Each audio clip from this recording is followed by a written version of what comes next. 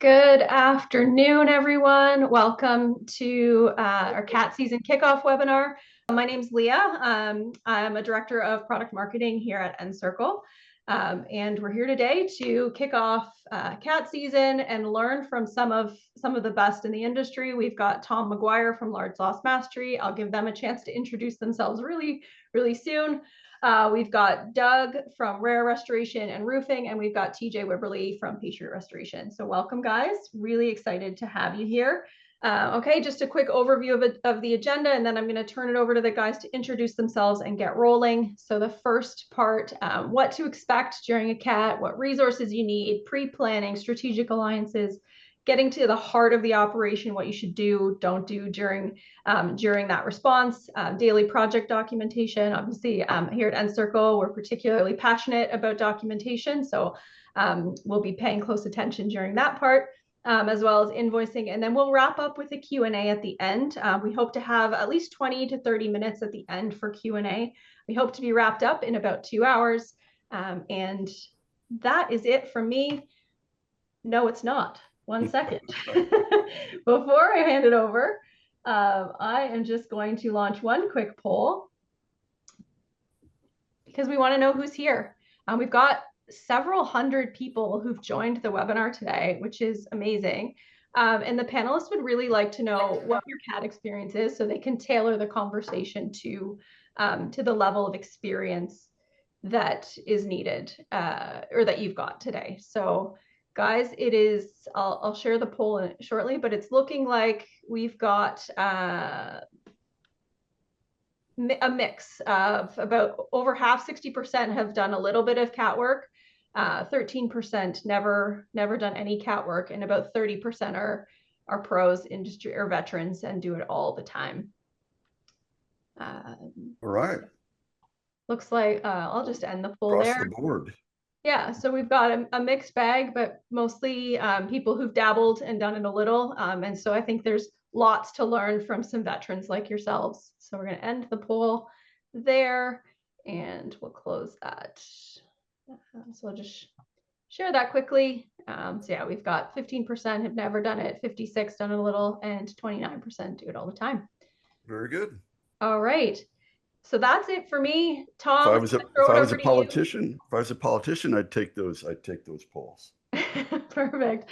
All right, Tom, I'm going to throw it over to you. I'm going to go off camera. I'll mute myself. I'll monitor the Q&A, monitor the chat, and take it away. Introduce yourself and the guys you brought with you today. Thank you, Leah. Thank you, everyone. We're going to start out with some quick introductions, and we'll start with TJ. TJ, introduce yourself. Who the heck are you? What do you do? I have turned my phone off over here. Yeah, my name is TJ Wyberly. I'm the president of Patriot Restoration. We're a disaster recovery firm located in Knoxville, Tennessee. Very good, very good. Dougie? Hey guys, I'm Doug Weatherman. I'm the chief operating officer and partner in a firm in Colorado called Rare Restoration and Roofing. I've done a ton of disaster work over the years. A lot of you guys know me from seeing me out there. Definitely happy to be here today. Thanks to Encircle for putting this on. Tom for having me out. No, very absolute pleasure to have you guys here, and thank you. My name is Tom McGuire. For those you don't know me, my first hurricane was Hurricane Andrew back in 1992, and a lot has changed over that time. But the same question remains: to cat or not to cat? That is the question. And first of all, I want to thank everybody that's joining us today for spending your time with us, because your time is valuable. This webinar is for you, and thank you for Encircle for putting it on and asking us to come on to this panel. And it's an honor to be here with you guys today, and hopefully we'll get to everybody's questions here at the end. We're kind of working as we go, so plug in your questions, and we'll try and get them in at the end of everything. But I'm honored to be here with my two friends, TJ and Doug. I have a tremendous amount of respect for these two gentlemen. They're the younger generation. I'm the older generation. and these guys are go-getters and incredible knowledge in our industry. And so reach out to them if you have any questions, or myself. And so don't be afraid. And for those of you who know me, you know I love to talk. We love this industry, and both these guys are very passionate about our industry and our businesses. And so we tend to talk. We're not we're not really shy about talking. So I've got a timer over here. And for those of you who know me, that's the biggest pressure that I have today, is I got a timer over here that I have to keep an eye on. And so let's go ahead and get started. We're going to get started with our first segment. We have 6 segments that we're going to work on, and we're going to spend about 20 minutes on each. And the first one is expectations. What should you expect out of CAT? Well, number one, you can expect the unexpected. And what I'll tell you is, come prepared for every inevitability as you can, because the chances are it's going to happen. So number one, you're going to work a lot. So if you're a couch potato, this probably isn't going to work for you. You're going to be 12 to 18 hours a day. There might be some days where you're 24, pull a 24 just to get things started. It's just nature of the beast. There might be the first 2 weeks that you're there, you might only get 4 or 5 hours of sleep a night. That and some beef jerky, water, peanuts. And so you have to be ready for all of that. We're going to go down through all of these deals, but you can expect limited services in everything that we're going to talk about. And so I'm just going to breeze through them here real quick. Labor availability, and then we're going to come back and open up for the guys.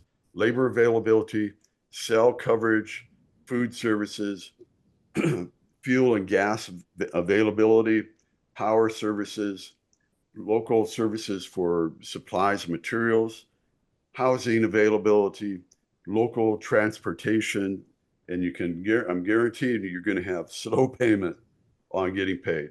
It's just part of the nature. So we got to make sure. We're going to get into resources here in the next segment. And that's probably the most important thing, because restoration is restoration. And, I started in the 80s, and we're still doing the same thing. We're drying, cleaning, demoing, mold remediation, whatever it may be. It's still the same. It hasn't changed. And so we have to gather together and always remember that it's not rocket science. Don't make it more difficult than it really is. And so mobilization, you can count on it being at a minimum $50,000 to $150,000 to mobilize. And so you want to make sure that you know what you have a reason to go before you mobilize. So I'm going to open it up to the guys. And about these particular subjects, every single one of these is going to be very important. Number one, labor availability. If you don't have labor, don't go. If you don't have labor, don't go. If you don't have your labor situated ahead of time, don't go. If your plan is to get there and see what labor companies are there, don't go. I mean, there's a lot of reasons why labor is a very important thing. Your teams, if you send in 10 guys or whatever, their first weekend, they're going to be burnt out after that if they've had to pull off every single thing that you're supposed to have done in that same amount of time. That's the biggest concern. If you don't have a labor outlet, you probably don't have any business in the zone, because it's going to be a short and sweet journey for you. Yes, and the same with, we got to come with power. You have to be ready. Cell coverage, of course, everybody knows, if you've ever been through any type of storm, cell coverage can be spotty. In hurricanes in particular, you might have, it might be a week before you have a good cell connection. I always say limited resources and maximum chaos. You can expect to not have anything that you're used to having at home. Your operations are going to be a lot harder. Cell service comes back a little bit faster now through zones. Starlink does a pretty good job at getting cell service back, but from the first couple of days, you know, to the first week, it can be real difficult for even the satellite phones to work, depending on geographical location and things like that too. There's a lot of things that can get in the way of everything working perfectly. There's curfews that shut down food services. Restaurants don't open for a few days, except for the Waffle House. Boy, you can count on the Waffle House. Other than that, I mean, it's vending machines. You know, you can get stuck in some pretty rough situations, and it does take tough guys to get through a lot of this stuff, because you can't communicate through the phone, and if you didn't bring radios, then it's very hard to talk across the job site. There's just things like that you know, a lot of folks have to consider when you're getting ready to mobilize. Housing is another big thing too. That's always a huge concern when you're moving in a bunch of guys to a place where they don't live. Where are they all going to stay? Are you going to set up a man camp? Is it that type of a thing, or is it something where Airbnbs and hotels are going to cover it? Whatever you guys are going to do, housing and labor, and then your vendors on site. Those are the things that you really got to have lined up before you're ready to go. You need resources across whatever storm zones you're going to be working in, and these are relationships that start early on in the year. These aren't things that you want to be forming, you know, after the storm hits, because they're already dealing with the people they have a relationship with, and you're on a list. But by the time you get there, you know, the list may be 150 people long by the time that you pull up and are able to start doing stuff. You want to make sure that you're being proactive. If you're going to be doing disaster work, it doesn't just start the day of the storm. It doesn't start, you know, during hurricane season. It starts all year long, forming your relationships, getting your vendors out, making sure that everybody knows that you're a guy who really does this, not just a guy who wanted a vendor packet so that you can have my insurance in case I need you. Exactly. You know, getting ready for CAT starts, you know, in November of the year prior to. You're still wrapping up on the CAT from the CAT season from this year. You'll be planning for next year. Yeah, and you have and there's you never have, no, there's never diesel anyway. Yep. And the thing too, with your housing and all of that, make sure, and early on, make sure we're documenting everything that we do. We're going to get into this when we get into the invoicing part, because when it comes to your invoice, you need to know where everybody was staying. And so you have to have documentation about who was staying in what Airbnb, who was staying at what hotel, when they were staying there. You have to have that. It's all tracked so that it supports your invoice at the end. The same with anything else that you're doing, any other services. Make sure we're tracking from the very beginning of the project, so we don't have any issues when we get to the end and we get into our invoice. TJ, I think the major thing for me here is you know, in my company, we're so reliant on technology like Encircle, and all that gets thrown out the window when you don't have cell service, you know, limited power. So it's having documented processes in place the old school way and doing this all on paper so that you don't have issues trying to access any of this stuff. Yep. Knowing how to use the offline mode and what does and does not, especially with like programs like Encircle and things like that too. Knowing what you can and can't get through on the offline mode, making sure you got backups for the super important assets like TJ was just talking about. For sure, yeah. Mobilization fees are crazy too. I mean, anybody who mobilized to LA for the fires can tell you the mobilization fees for that were nuts. Even Airbnbs out there were $10,000 a week. I mean, it was crazy. I mean, the mobilization fees can fluctuate vastly, based on location.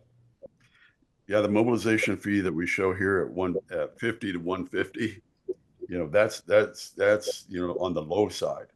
And you don't want to mobilize to a CAT if you don't have a reason to go. And I always tell people, if you don't have a reason to go, don't go to CAT.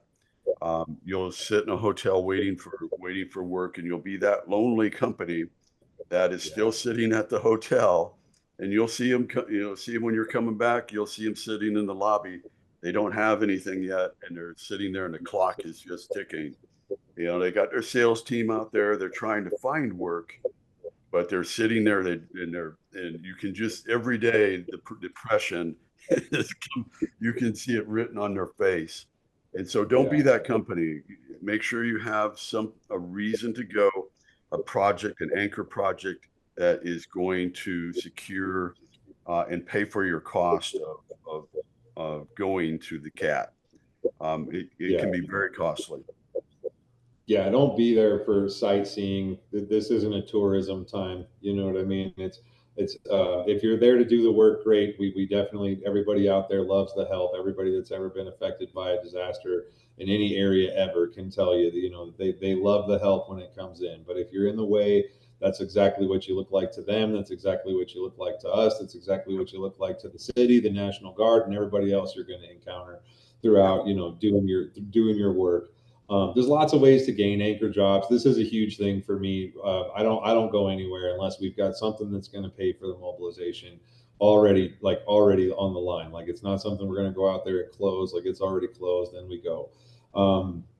The anchor jobs are very important. You can gain a lot of work by partnering up with local firms, even franchise to franchise. A lot of guys in this group are bound to be, you know, in franchise groups and things like that. Talk to other owners, man. Your other owners are going to get a time when their phones are ringing off the hook and they'd rather call their fellow franchise owners than anybody else. But even independent guys, man, out there too, there's a relationship building that you can make with larger companies to get yourself into the zone and get these anchor jobs. You get 10 or 12 residential houses that they don't really want to deal with anyway, because they're in a surge event in their own market right now, and they're trying to handle their own clients and everything else. So they've got a ton of extra stuff. Reach out to them, see what they want to charge you for doing that work in their area. You can get these anchor jobs a lot of ways. Just make sure that you're forming these relationships before the storm. That's another key thing right there, is that you have to be talking to these people before. Don't go to North Carolina and start finding North Carolina restoration companies to partner up with. Know them before you left there. You know what I mean? That way they know you, they know the quality of the work that they're putting their customers who are calling them, and their reputation. They're not calling your reputation, they're calling their reputation when you're in their market, you know. And you've got to, if they know your quality of work is high, there's a lot of folks out there that would love to partner with quality firms, and they'll create those anchor jobs for you. Mm-hmm. And so that's a great segue into our next segment, which is going to be our resources. And so what you need. And so what you need is, you need to do all of this way before the event. So if you're sitting there today and you're looking to get into the cat season, which is, we're about ready to ramp up into our busy season here in August and September and October, you should already have all of this done. But I'm just going to touch on them again, just preview them, and then we'll come back with the guys here. But the resources that you're going to need are going to be finances. Can you support the job? Knowledge and experience. Do you know what you're doing? That's a question I always ask people. It doesn't matter how many certificates you have or anything. There's only one question that you have to answer, and that is, do you know what you are doing? Equipment. Bring as much as you can. Be prepared to rely on your suppliers. Make sure you have them lined up. Make sure you don't wait until last minute because equipment is gone. Supplies and materials. Bring as much as you can with you. And then make sure you know where your refill, where you're going to, who you're going to use to resupply. Strategic partners and alliances for fuel, labor, generators, and equipment. Absolutely imperative. If you don't have these built for a cat situation, you might have them at home, but make sure that you have them for on the road. And so it's very important. You don't want to get out there and get a big job and you can't find fuel. And those are big things. And then the performance, you know, make sure you have the ability to do the job right and on budget. That's the number one thing. And because you're going to always remember that you're going to get audited. It's kind of like we live in this world now where we're always on camera. Well, in the restoration world, you're always going to get audited. And so make sure you have everything in order, and that we're on budget, we're on time, and we're doing a great job. And so, guys, I'll open this up to you guys. What do what's on here that you see the most important for you? Do you know what you're doing? That's the most important thing, man. I mean, if you don't know what you guys are doing, like there's a lot of differences between handling water heater and plumbing floods and handling disaster floods. There's a lot of differences between handling stove fires and wildfires. There's a lot of differences that you have to know. You have to know how to treat each case on its own merits, right? And there's so many different things that come into play. But if you haven't achieved the correct amount of training and you're not at the right level, just stay away and keep learning, man. That your time will come for you to be out here in the field, but the time for inexperience and people who are unknowledgeable is not after a disaster, man. That's when the real pros have got to get in there and clean everything up. Equipment, that's another huge one. You can bring everything that you want. You can pack up your whole building. You're inevitably going to forget something. You're inevitably going to have enough of something. And the vendor relationships that you have with rental companies and other companies in general too can just keep you in equipment that you're going to need in the zone. No matter what you leave with, you're going to need more. No matter what you didn't bring, you thought, well, maybe we won't need this. It's going to come up. A chainsaw is always my thing. Everybody's always like, why do you bring your chainsaw with you everywhere? Well, you ain't never been where the road's closed by a tree down before. Chainsaw is always on my list, man. That's one of my life hacks with disaster work. If you don't got a big chainsaw, get a big chainsaw and put it in your truck. I saw in the chat a minute ago somebody talked about bringing lots of cash. That's another good thing to talk about too. Financing is important in the storm zone, and their debit card readers and ATM machines are all out. They don't work. The internet's down. Everything else, right? And due to network security, they don't want to connect to a satellite internet broker or anything like that. They wait for a hardline reconnection. So fueling is another big issue where you got to take a whole bunch of gas everywhere you go. You got to take fuel for your vehicles, not just your vehicle, every vehicle that's down there that belongs to your company. And nobody takes a debit card. Nobody cares about your American Express or Visa. None of that stuff matters if you ain't got cold hard cash. Stay at home. You know what I mean? Because you're just going to be stuck. As soon as you're going to run out of gas in the middle of nowhere sometime, and then nobody there is going to be able to help you with a debit card either. So take a lot of cash with you. That's a good point. Charles Henderson made there. Good point. Supplies and materials, you're going to run out of whatever you bring. Bring all the 6 mil you can. It's fine. It's going to be gone. Bring all the painter's plastic and stuff that you can, and moving blankets and stuff that you can, but it's all going to be gone. You're going to have to figure out a place to get more of it and figure out how to cycle like moving blankets and things like that from one job to the next when they're not in use at this one, use them at the next one, and everything else to be able to stay efficient. It's going to be really important to do those things. Your alliances are always important in this industry every single day, whether you're at home or abroad or anywhere else in the nation. Your partnerships and your alliances are what's going to get you through this. Is what's going to get you through the storm situation. Your people are also another thing to be very cognizant of. You need really good people that are very fit mentally, and you have to be logistically fit as well. That's kind of the thing. Pressure's high. There's curfews. There's National Guard checkpoints everywhere. There's all kinds of stuff that you don't see every day. And then the absolute levels of devastation some of these disasters leave behind aren't things that even you see on the news. Most people. So you need people with the mental toughness, the acuity to get in there and be able to do what's needed at the time. That's definitely a strong resource that you got to have, whether it comes from your in-house folks or a labor partner that you trust or your cousin's companies or whatever else it is, man. That wherever you get your guys from, they got to be tough. Yep. Yeah, and it's because it is a mindset, and I was looking at my Marriott, my Marriott, just my Marriott account, and I've spent in my career, I've literally spent 11 years in a Marriott hotel. 11 years of my life has been in a Marriott hotel. 2 years of that was in New Orleans. But it's a mindset, and you have to be ready for it. Not everybody is.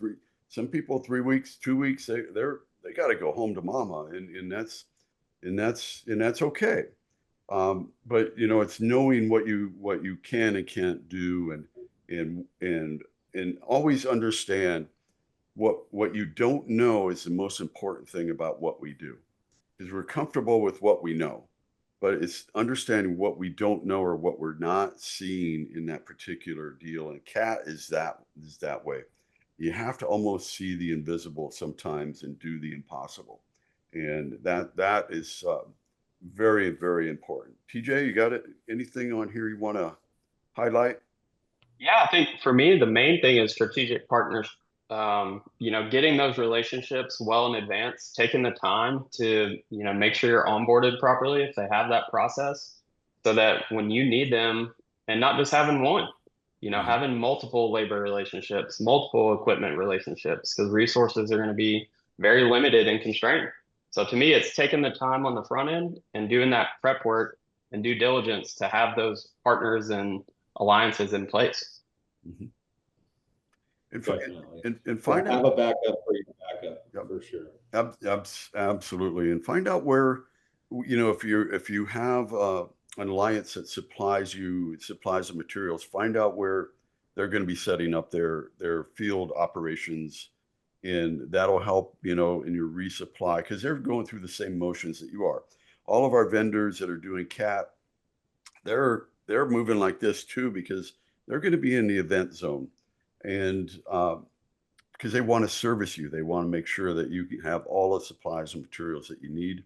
The same is true with the fuel and the only thing with, fuel, well, with generators in particular, that's they become like gold. We have so much more equipment than we ever had in our industry before, but we still run out. Every single CAT, it runs out. But don't be afraid to reach out to people, because what happens is people might reserve equipment thinking they're going to get a big job, and it doesn't come through. So stay with your resources, stay with your guys, stay on the phone with them saying, hey, did that generator free up yet?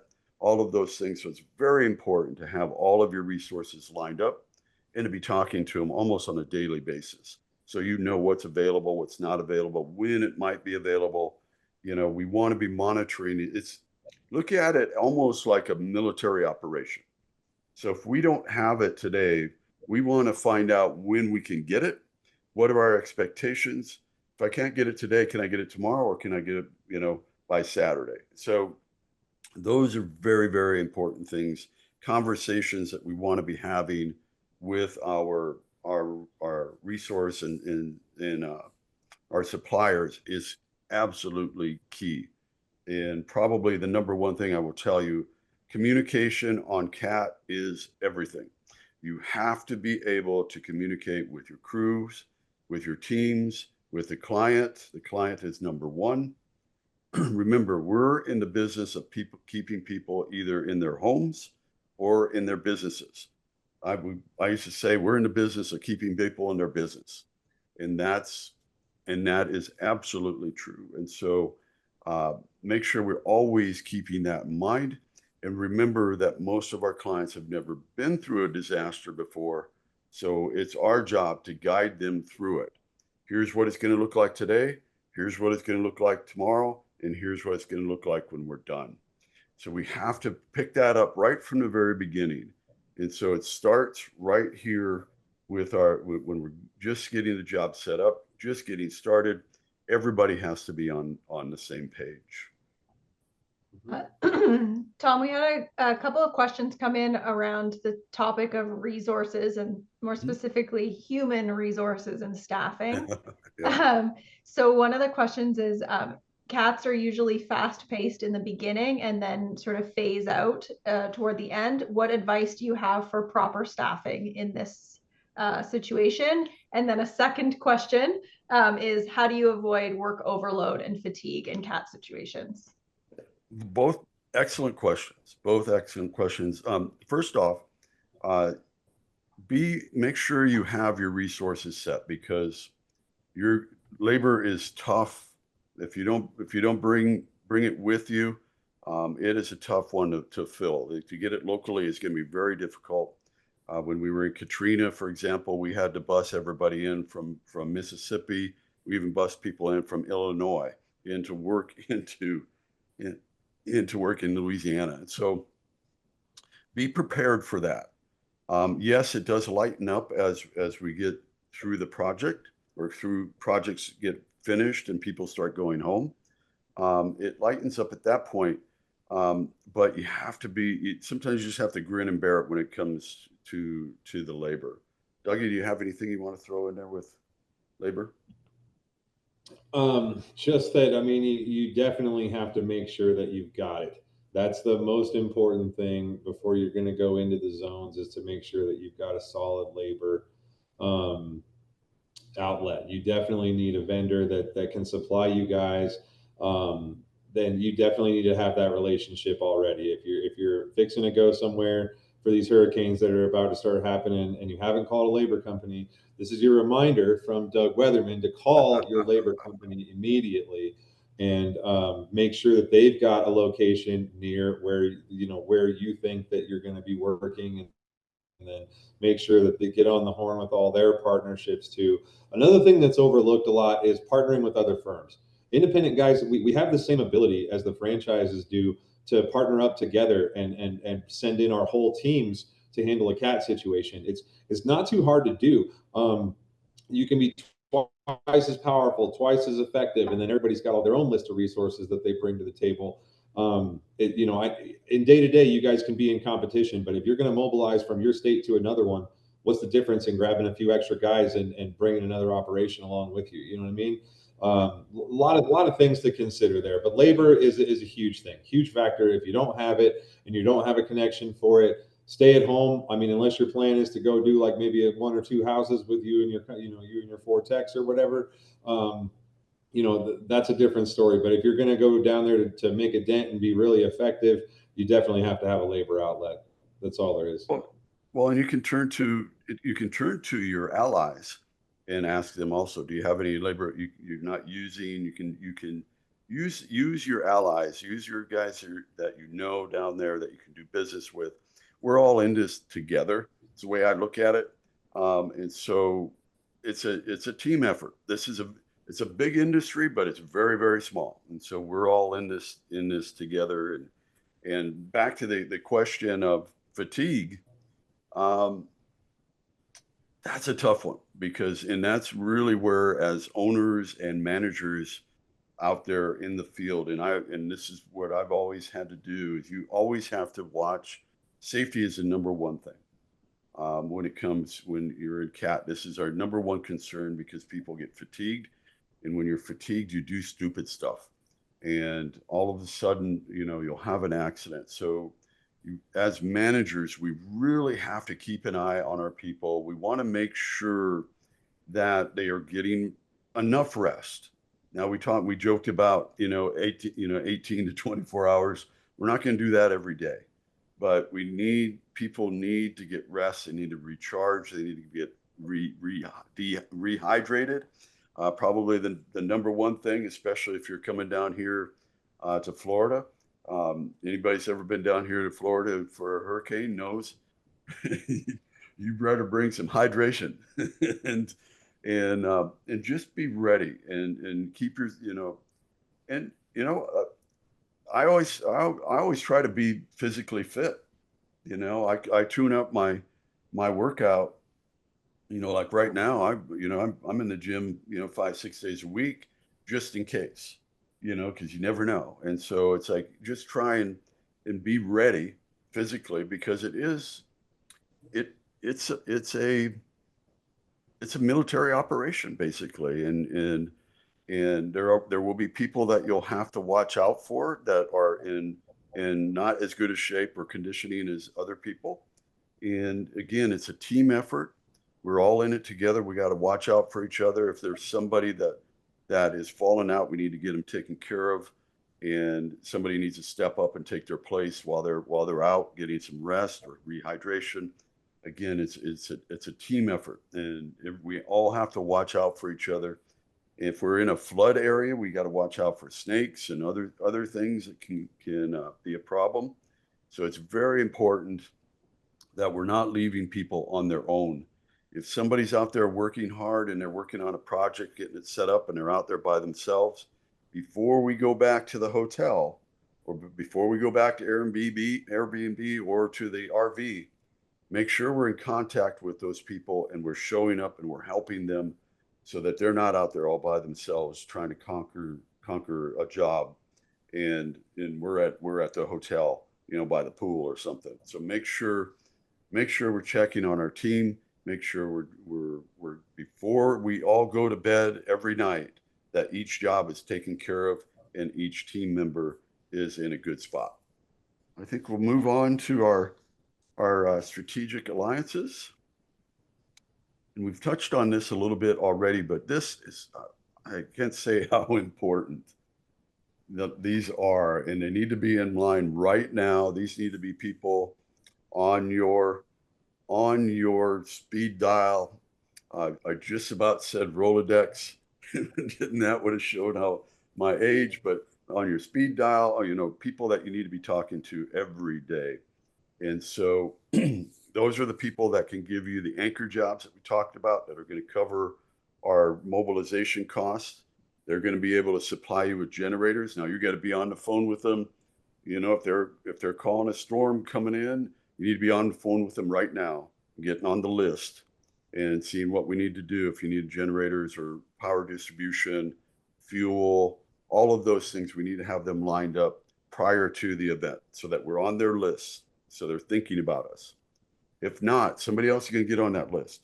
Don't ever take it for granted. We just talked to them yesterday. Nope. Call them today. Stay front and center with everybody. Don't take anything for granted. You will be left behind. Somebody will take your place. And so make sure that doesn't happen. If we get in a situation like we had at Hurricane Ian, where you have to pay off the pirate boat drivers, those, be ready for all of that. Be ready for all of those crazy things, because anything is possible on CAT. Labor suppliers and supply and all these things we talked about. Make sure you have all of these lined up for you before you go. You guys have anything more we want to plug into that? Or the pirates on Sanibel, man, that was the craziest thing I ever saw. Yeah, you definitely got to be prepared for everything that you never think is going to happen, including guys charging $750 an hour to use their boats to get some stuff from one part of Florida to another part of Florida that just happened to be separated by a little bit of water. Then once you get to that little island off in the middle of nowhere, you have to wait there, and then the boatman's still charging you by the hour, so he doesn't care how long you're waiting there for. But you have to wait there for the clearances and everything else to go through, and they're going to call up and call down and make sure that you're supposed to go past the checkpoints, and that all takes about an hour and a half, 2 hours. Then you got to unload everything off the boat because you just now got permission to do that. You can't take a thing off the boat until they clear you to get through the port. Oh man, the Pirates of Sanibel was a whole different monster. Go now on, Tom. Yeah, be prepared for everything that you can't be, and that's the thing, right? Is it's a mindset more than something that you can actually do. If you wander into the zone and you think that you're ready, like I got my truck full of fans and DUs and I got some plastic and some guys and we're going to take this thing down, you're inevitably going to fail. And whatever you forgot to bring with you is something that you're going to be needing. But inevitably, there's always going to be something that you didn't even think about that that you're going to need. And nobody will ever know that they need a chainsaw until their entire convoy pulls up to a road closed by trees. You know what I mean? And it's just one of those things that you learn through doing, and you're more prepared the second, third, fourth, fifth time than you ever were the first time. A lot of the folks on here that do it all the time, so there's probably some guys on here that are from the South and stuff like that too. They stay prepared. They have trailers that are ready to go all year long, just in case something happens. But when the season starts coming, their level of preparation steps up just a little bit more because they know it's going to happen. They know that there's going to be other companies calling them looking for work and everything else too, and they redevise who they let in, how they vet the people that they send to their customers.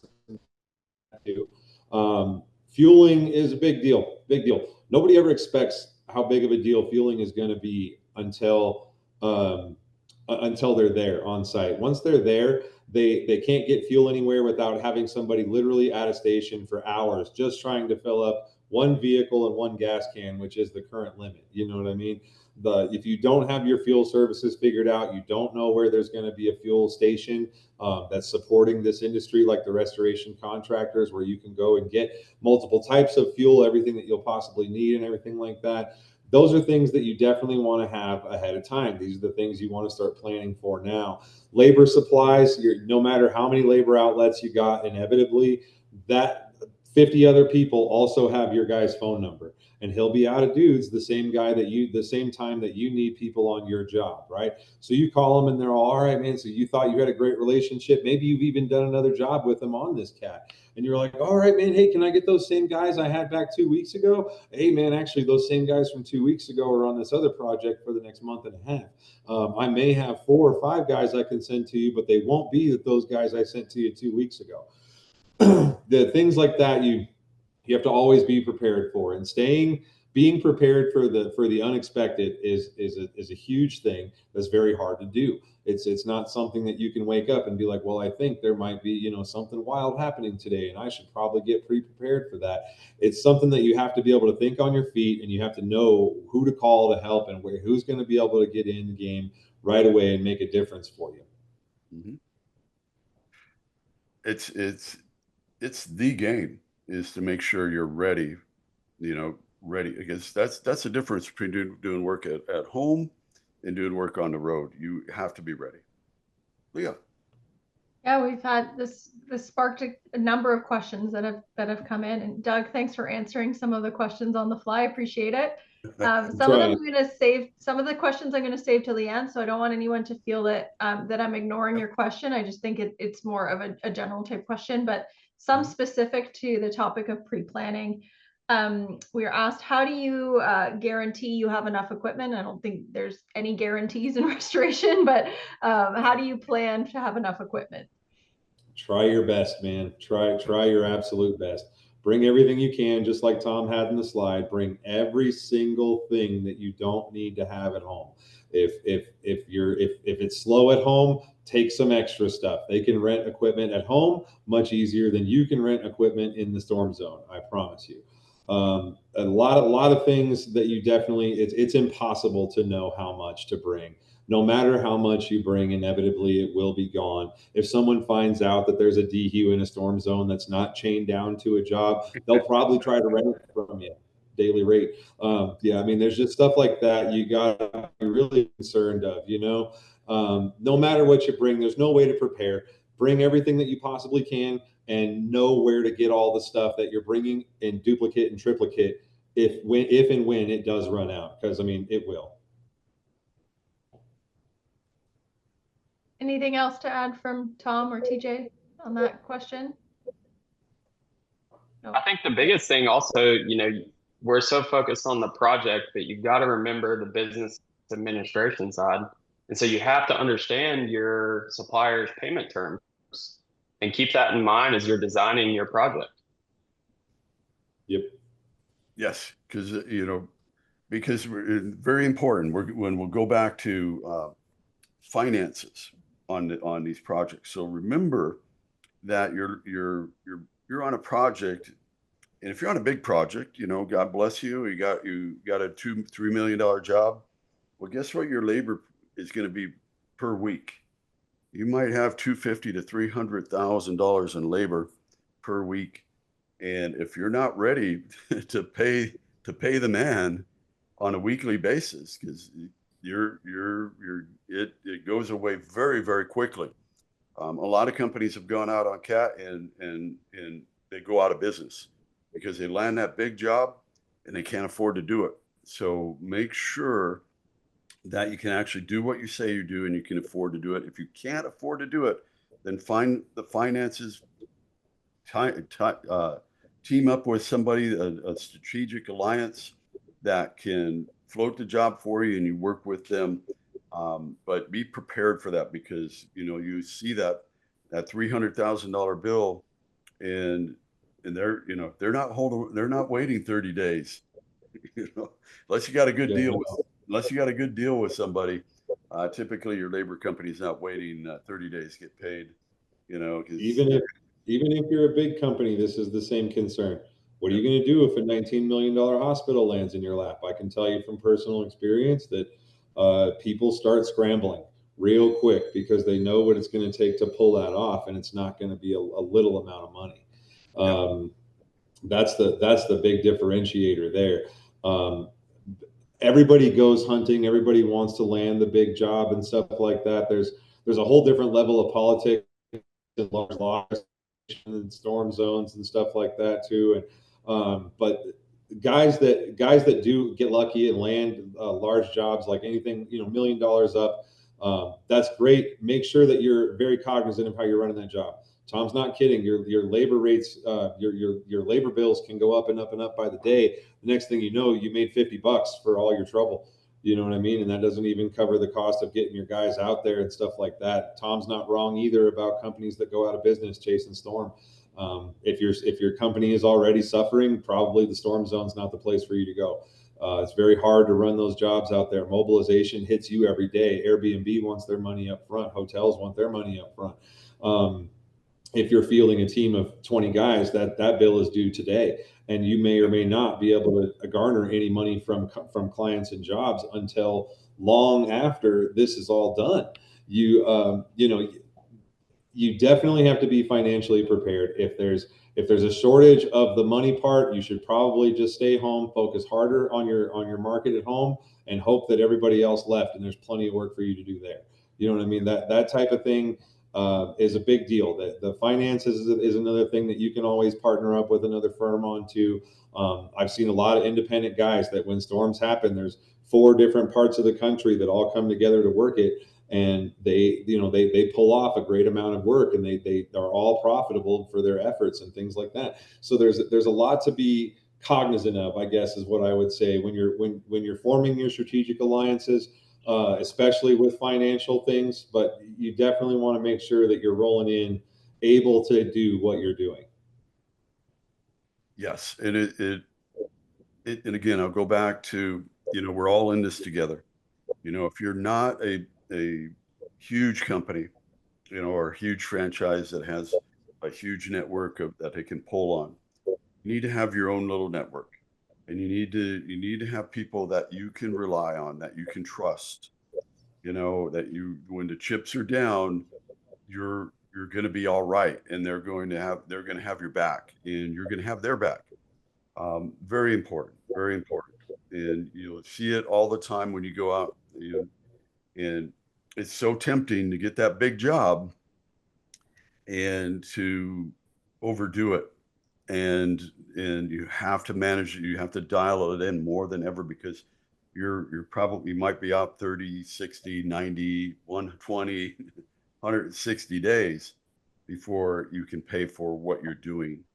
And so make sure that you have all of that in line. Finances is number 1, and then the ability to do the job is number 2.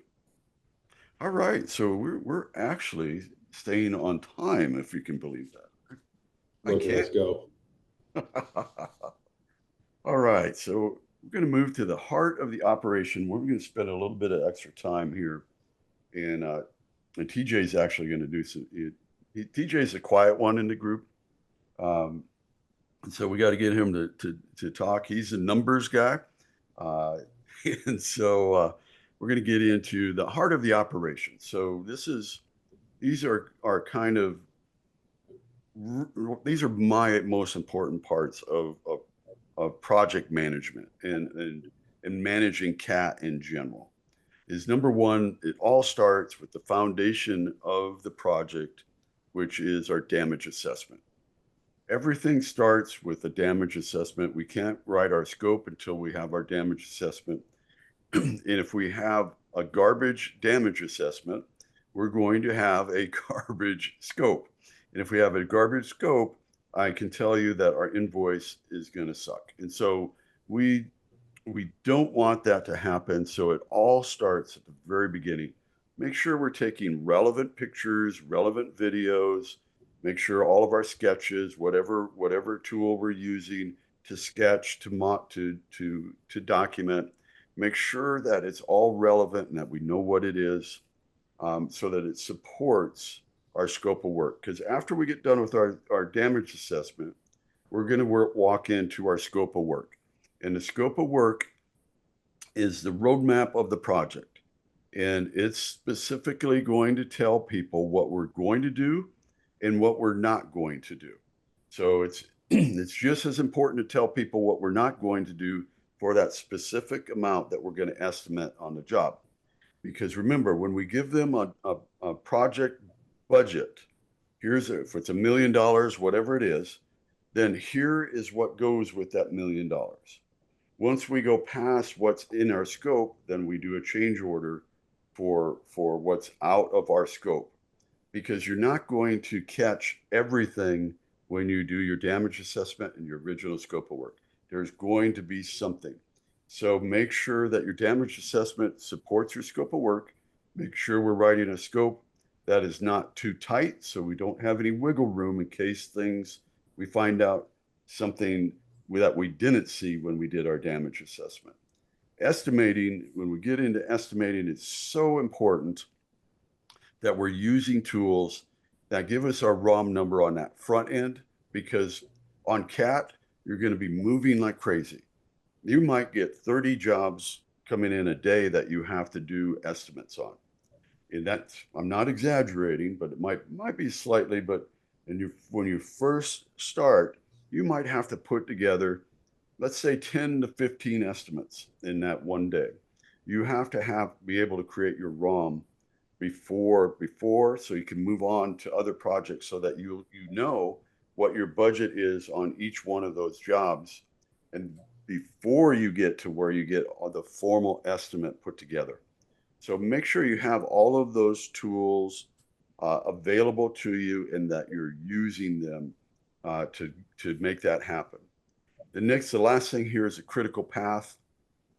Critical path is your scope of work in a visual format. So this critical path is going to tell the client what you're going to do, when you're going to start, when you're going to finish. It's really that simple. So we'll use an example. If we're doing a Holiday Inn, or we're doing a hotel or something of any magnitude, a resort, whatever it may be, they care about heads and beds. So they want to know when you're going to start, when you're going to finish. Why? Because they want to know when they can get heads in those beds. And so it's our job to know their business. So when we're writing the scope, we need to be thinking about the client. What are their expectations? Long-term and short-term expectations are going to set how we're going to do this project. Because if we know that we're working for a resort, we know they want to be open as quickly as possible, because they're losing a lot of money not being open or don't have the heads in beds. So we want to turn that around. Our scope of work, or critical path, and our scope are going to be tied together. The critical path is not written in stone. It's going to change. It's going to fluctuate, but it at least gives everybody that light at the end of the tunnel. Here's when we anticipate being done, and here's how we're going to do it. Remember, we're always walking the client on that journey. Here's what it's going to look like today. Here's what it's going to look like tomorrow. Here's what it's going to look like when we're done. Tomorrow, that wall is going to be gone. So when you walk in here tomorrow, that wall won't be here, so there's no surprises. We want to make sure that the client has no surprises. Remember, this might be the first and only time that they go through a disaster of this magnitude. It's our job as restorers to make sure that we're walking them through that here's what it is today, tomorrow, and when we're done. Because we have to take them on that journey and explain it to them, because they don't know what's coming unless we tell them and explain them what's happening. The critical path does that. The scope of work does that, is the beginning of it. Then it's up to us as the on-site restorers to relay that, to communicate that to the client, so that they are on board with everything that we have going on, so that they know what is happening, so there's no surprises. Because a surprise to your client in the middle of a disaster is going to equal what I call the disaster after the disaster, where the client is going, you think everything is going great. Your team is like they're kicking ass, they're doing great, all is good. but they're not thinking about the client. They lost track of the client. And all of a sudden, the client, in their eyes, you're making their loss worse. And it's all because you're not communicating. And so communication is key. Communication can eliminate any issues or any problems that may come up. So make sure that we're using the critical path. This is our first communication tool that we're using as project managers to the client, to where they're like, okay, we got this. And they got us. Look at that, man, they understand our business. And when you do that for a client, when a client looks at you and say, they get us, they understand our business, guess what? They're going to become a client that is going to call you up every single time. Because when you're out doing these projects, remember, you're building the future of your company. It's not a one-time, it's not a one-off. Never look at any of these jobs that you're doing as a one-off. We're just going to come down to Florida, do some work, and leave. Never look at it that way. Always stay in communication, because I can tell you, as I'm living in Florida, what happens is down here is there's a resentment of restoration companies coming in during hurricanes, because they just come in and then they leave. And we see this in the senior living world. And they actually, in the senior living world, down for senior living facilities down here, they don't even like you to say that you are a restoration company, because of the hurricanes and everything that they've been through. So make sure that we're using the scope, the critical path, and communication, so that they know that we care about their business, we care about them, and we're not just here as a one-off. We're here for the long haul. It's very important, and these tools will help us do that. All right, guys, I talked enough on that one. TJ, you want to jump in there? What do you? Yeah, I mean, it's having a plan and documentation in place for each of these core pillars. I would love it if people threw in the comments what they're using for estimating. What are you using to generate your ROMs? We use the Edge, both Doug and I, from Large Loss Mastery, and it's one of the fastest ways to get that ROM number. So I would love to see in the comments what people are using and their processes. But if you don't have a process in place for each of these core pillars, you're already off to a bad start. 100%. Yeah. These are all the core things that you definitely need to have, a solid understanding of before you want to start doing this type of work, right? Your damage assessments are, they're crucial. That step one to a successful project is knowing the 100% scope of damage. If you're unclear on every single thing that was damaged, how it was damaged, why it was damaged, you can't restore it. You can't bring it back to functionality. The accuracy of the damage when you put out your initial reports, your estimates, your scopes, it all has to be there, because sometimes those people that are seeing those things don't see them that way. They have a different way. The adjusters nowadays too have widely varying levels of experience in CAT zones. Some of them that, they just got their adjuster's license 2 months ago. Some of them have been doing large loss adjusting for the better part of 2 decades. And there's a lot of those guys out there still too. It's important to make sure that no matter what that you're putting forth, and especially if it's something that you're releasing as an asset or a document from the job, that it's 100% accurate, and that you can back it up with photo, video, 3D scan, whatever else you've got to make sure that it's there.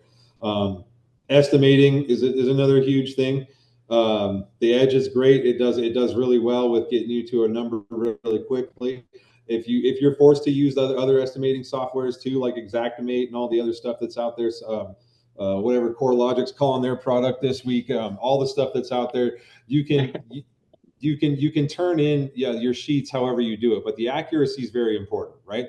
No matter how you have to do it. And if you are using an estimator who's on a standard software, another thing to be cognizant of is that is a full-time position for a human. Like, that's a full-time job, being able to estimate CAT jobs. And that's not a person that you want driving to 20 locations a day. That's a guy you want locked in a room somewhere with a strong internet connection, who's able to just turn these things out and put them into whatever you're using to centralize and get them out to clients. If That's another very important thing to consider too, is the time it takes to produce an estimate in a storm zone is vast, and it can be houses can even take you a long time depending on the scope of damage, right? So the time it takes you to get your estimate into the customer's hands is also a big deal, right? Especially if you want to talk about closing jobs. If you're going out there to sell jobs after you've already gotten your anchor and you're already doing that stuff, if you're out there selling jobs, don't go if you're just going to sell jobs. But if you got your anchor established, you're in the zone, you want to try to sell some more work, your speed and accuracy on your estimating is going to be a huge factor. You're not going to be able to get work out of folks that you can't turn an estimate into in at least a reasonable amount of time for turnover. I'll leave that up to what everybody. We usually don't allow more than 24 hours between the time we do the inspection and the time that we release the estimate, no matter what the size of the property is. So that's our personal guidelines and goals that we set for ourselves in disaster zones. These folks just talk to you. They want an answer really fast too. Whether it's a hotel that needs heads in beds, mom who needs her kids back in the basement, or her kids' bedrooms back, or whatever. A biological facility that's got bodies literally thawing as we speak. We've seen it all over here. You know what I mean? So there's a lot of stuff that you have to do, but all of these things are very important. Yeah, they all want answers, man. They all want answers, and they want them right now. And if you're the guy that's going to be able to do this job, this is your first opportunity to show that off, right? Your scope, everything has to be just right there, and it has to hit your budget number. You've got to know what your unit costs are, even on the road, which for some guys is very hard. Some guys don't even know their unit costs in their own market.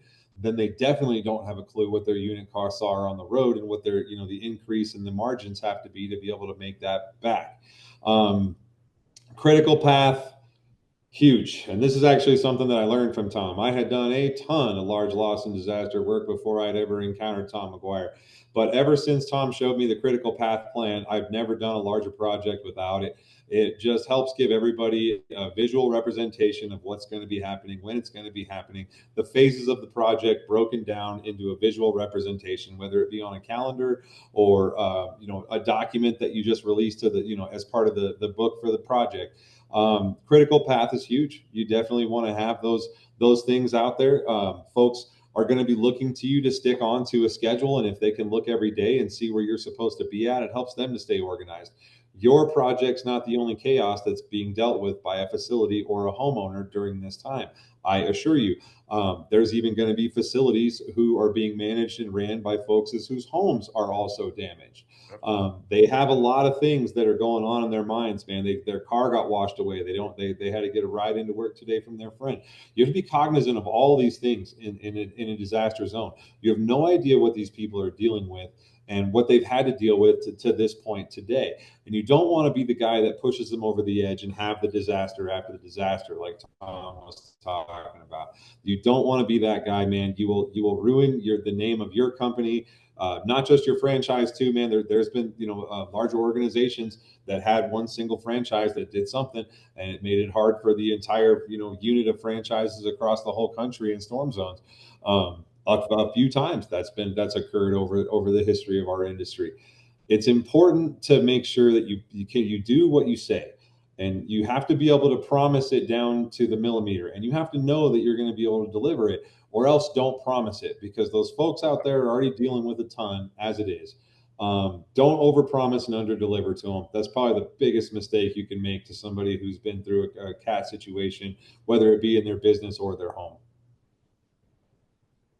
Absolutely. And, that's probably one of the oldest, things that and I'll do a shameless plug here. If you're not familiar with the edge, you should get familiar with it. It is the fastest way to create your ROM, your estimate on the front end. By far, there isn't anything even close. And we've been using the data and everything in it. It's all based on data. It's all projects that we've gathered over nearly 30 years of projects and data that works. And so use it on the front end. TJ will tell you, and Doug both will tell you, if you use it on the front end, and then if you have to do Xactimate or whatever you're doing on the back end, even time and materials, I'm a time and materials guy. I'm a commercial restoration guy. I don't do residential. I've done 3 residential projects in my life, and so I'll leave it to everybody, leave it to Doug and TJ to address that. But you can use it on any type of project that you're doing, whether you're using time and materials or whether you're using Xactimate.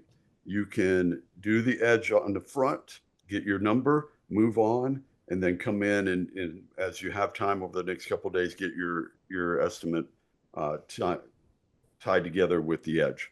It works as a great companion tool for creating your ROM estimate, which is your for those that it's a term that's been around for a while, and it's a military term that got plugged into restoration somehow over the last decade.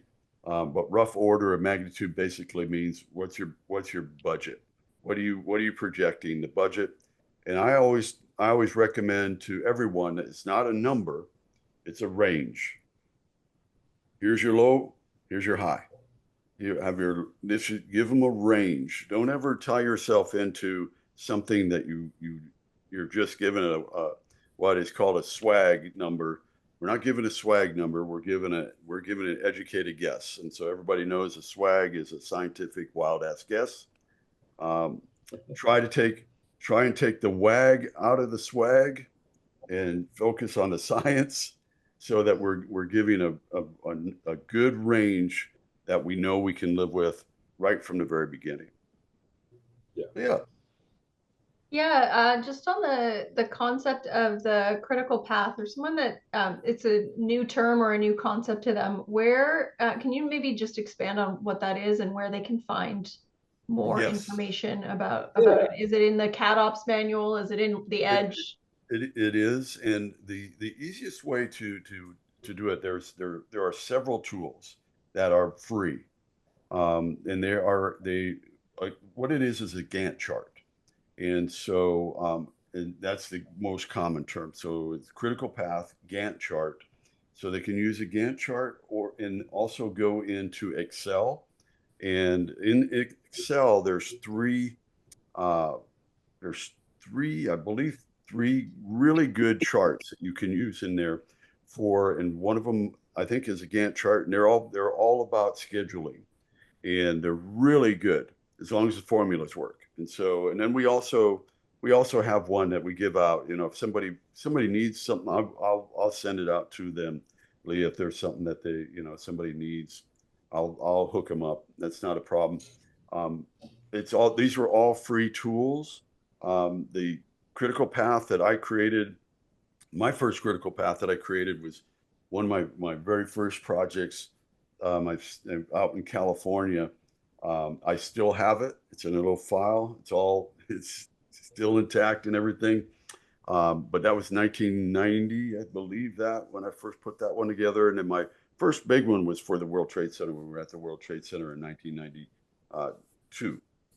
And so or 1993, sorry. But it's just really a tool. It's a tool that once you start using it, you will use on every project, because it's so important to guide the client along. Again, what it's going to look like now, we're guiding them through the process. Always remember, they haven't been through it before. It's our job to make sure that they're all right. Got it.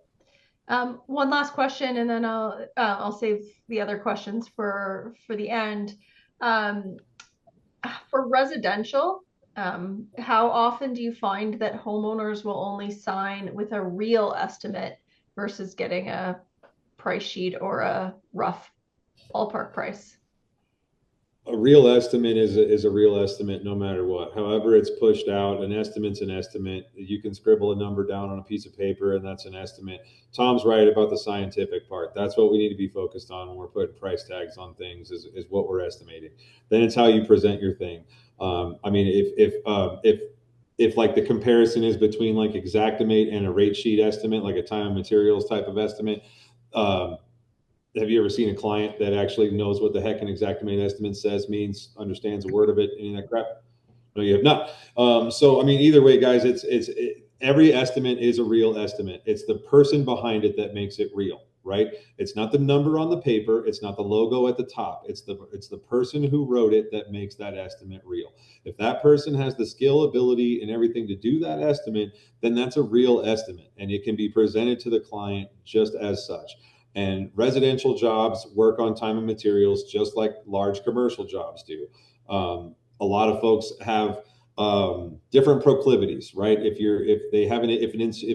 it's an insurance thing on CAT, and you think it's going to be easier for you for whatever reason to write your exactimate estimate, present that exactimate estimate, perform that exactimate estimate, then do that, right? But time and efficiency that's going to be your handicap there. Then you're going to be less efficient, and you're going to be spending a lot more time trying to push out documents. Time and materials works the same way any other estimate does. This is what I think it's going to take for time. This is what I think it's going to take for materials. This is what I think it's going to take for equipment. And here's your number based on that. That's literally what you're billing for in your exactimate estimate too. They just have a fancy way of breaking it down into line items. And I mean, I'm not preaching to the convergence. I'm a certified exactimate guy. You know what I mean? I have it all there, but it's the ability to do it, right? A real estimate is real based on the person who delivers it. Tom in a truck can come and deliver just as real of an estimate as BMS CAT or any other large franchise, any other large corporate operation can. It doesn't necessarily make a difference. It's the person who wrote the estimate that makes it real. Mm-hmm. Yeah, I use the Edge for estimating residential losses here at home, and I feel that providing that damage assessment, the scope of work, combined with your rough order of magnitude, tells the story of the job to where, your residential homeowners can actually understand what's going on. So to me, it's very easy to present that, but you've got to have those 4 pillars in place to be able to present it. And critical path's important for residential folks too. Don't think that that's just a commercial thing. Just because Tom doesn't have the same level of experience doing residential houses as TJ and I do, it's just as important, man. It really, really is. People need to know what's going to be happening in their house just as much as they need to know what's going to be happening in their hotel. The wall not being there, that's a big thing. You know what I mean? If somebody comes home and they're, whoa, what happened here today? You know what I mean? Like, that's not what you want to be. That's not who you want to be when they come home from work. You want everything they told me was going to happen today happened. Boom, we're right on schedule. That's what you want. That person doesn't get a phone call. The guy who doesn't say anything to his client and then they come home to half their drywall missing, that guy gets a phone call 100% of the time. Where's my drywall at? You guys didn't tell me you were doing any of this stuff. Critical path isn't new. It's the Gantt chart that Tom has that he's going to send to all you guys is a wonderful tool. The critical path, after doing some research into it and everything else, is a huge thing in large construction. People that do developments, people that do large buildings, people that do business parks and things like this, they don't even start these projects without a critical path. It's a mandatory thing. They've got to have it so that every single person, whether they be an investor or a worker on the project, can pull up this thing and see what we're supposed to be working this week. It's a very commonly used thing. And as it's coming into more and more restoration, it's great to see because it's one more thing to create a transparency level between us and our clients. This is what we're going to do. This is what's on our estimate. This is what was on our scope. Scope goes to the estimate. Estimate goes to the critical path. Everything runs because we said this is how the job's going to go. Once you pull that off, Tom's right. You can be 5 states away from home and you just built a relationship there for life. And now they will call you the next time they have a storm issue because of how smooth it ran and the horror story that they had to tell from after the last time. These are all huge things to have. These are definitely the hearts of the operation. Critical path, I see a lot of people are being super duper interested in that. I'm so happy to see that. You guys all make this a part of your presentations and see if you are not received differently by the people who you are presenting to. I can't tell you. You guys know because you've known me for a while. This is like my favorite project management tool because there is nothing better for me. I'm a people person. Communications is a big deal to me. If you can't communicate in this business, man, it'll just kill you. But critical path because I like being in that morning meeting and getting what I call the first set of eyes. If we're in a big meeting, they want to talk to us first. And why? Because we put together this critical path and they know that we understand their business or their home, that we care about them. And that is, the biggest thing. And it should be, we shouldn't actually have to really say it, but yes, we do. The most important part of the job is the client. That is it. It's not about what we know or how good we are or how big a company we are. It's about the client. And it's always about the client. What are we going to do for them now and in the future? And when we come in and we're doing a one-off, the client knows that. They know because they can feel it. That they feel like they don't mean anything to you. And if they feel like that, then it's going to affect your invoice. It's going to affect everything. So bring them along in the journey. Explain to them what's happening so that they can feel comfortable that you are the light at the end of the tunnel. And like I always tell, you guys have heard me say, be the light at the end of the tunnel and the cool side of the pillow. So be calm, cool, and collected, get the job done, make them happy, and don't just go into it as a one-off. Please don't go into this business like we're only going to be here one time, we're going to get out, because it does mess things up for everybody else. It shows off in your clients too, man. When you see clients look up businesses and they send you a 1-star review from 8 states away, that is the most powerful thing that you'll see all year long. Like, man, you went out there to try to help and you did, don't ever forget about your clients. You're going to be tired. There's going to be plenty of times where it's going to be easier for you to not do your documentation, to not take that photo, to not send out the burn sheet, to not do whatever. Sleep is going to become super important and you're going to learn to love it a whole lot more, but get through this first. Get through this first. I can't stress that to you enough. Your clients are the thing that's going to get you back into the zone, right? If you've done disaster work out there, you know this already.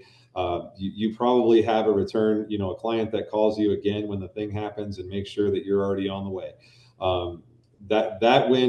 Those relationships are very important to have, and you ruin them by going out there. And it's not just what you do for yourself; it's the whole industry, right? As a restoration industry, we are in constant recovery as well from bad actors after storm situations and disaster situations. There's now laws in states like Florida and Texas to prevent fly-by-night contractors and stuff like that. A lot of states don't have those laws. A lot of states, you know what I mean? It's an open kind of battleground out there still. Give a good reputation for our industry. Put your best foot forward. Give the people the service, the best service that you've ever given anybody, because that's what they need. That's what they really need out there, man. They don't need another problem. They don't need somebody else dripping oil in their driveway. They don't need, you know what I mean? They don't need a whole bunch of extra nonsense.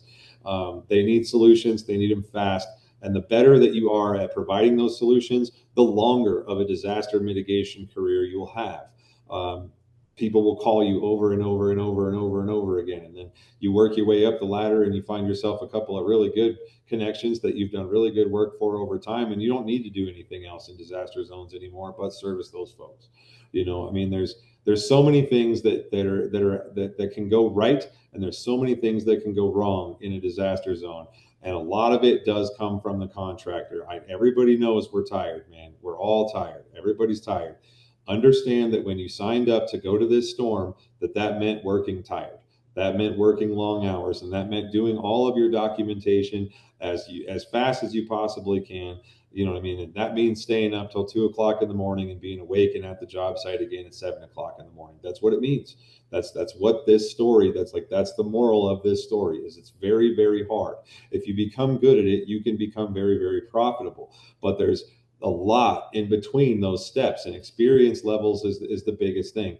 Guys that are new to CAT don't know how to balance the work. They take on too much of it, and they end up with a whole bunch of really mad homeowners with demolished houses who have no idea what they paid for, what their insurance is paying for, where they're supposed to go from here.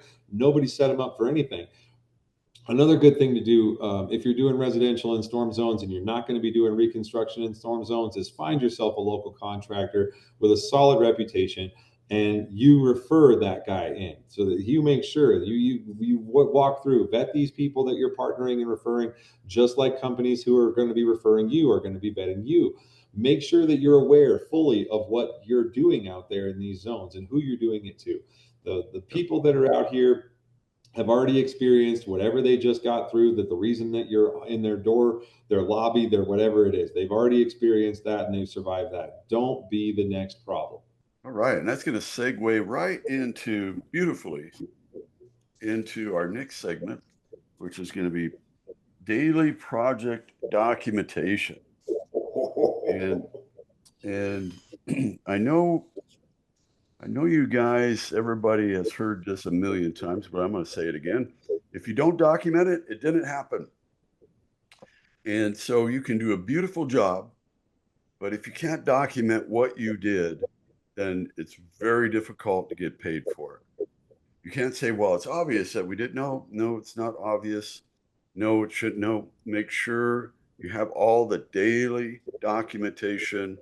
If you're out on CAT, man, it's tough. You know, you're working heavy hours. It's tough to do the data entry. It's tough to do, you know, if you're doing digital, it's tough to do the data entry. If you're doing, you know, even just manual entries, it's tough to do that. But you absolutely have to do it because you're running so fast, and there's going to be so many projects going on that all of a sudden you're going to wake up and you're going to be a week behind on paperwork. And if you're a week behind on paperwork and you're going to be out on the road for another 3 or 4 weeks, you're toast. And so make sure it's daily, make sure you're capturing it daily. That's daily labor, daily equipment, daily supply usage, your travel, who's in what hotel, who's in what Airbnb. It's going to become important when you get audited on your invoice to know who was where, what did they did, where they move around. Make sure you keep track of all of that. Don't try to get cute with percentages and, well, what percentage of these people were over here. No, it has to be that person was in that bed at that hotel on that date. Make sure you have all of that together. Subcontractor costs. And of course, don't do anything until you have a signed agreement. And remember that a work authorization is not a contract unless it has your rates and your terms, payment terms attached to it. If it's just a single piece of paper that says, hey, you're allowed to work here or start working, that's just a work authorization, and it really holds no legal tie at all.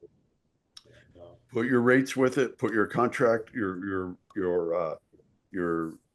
payment terms with it, so everybody understands that this is business from the very beginning.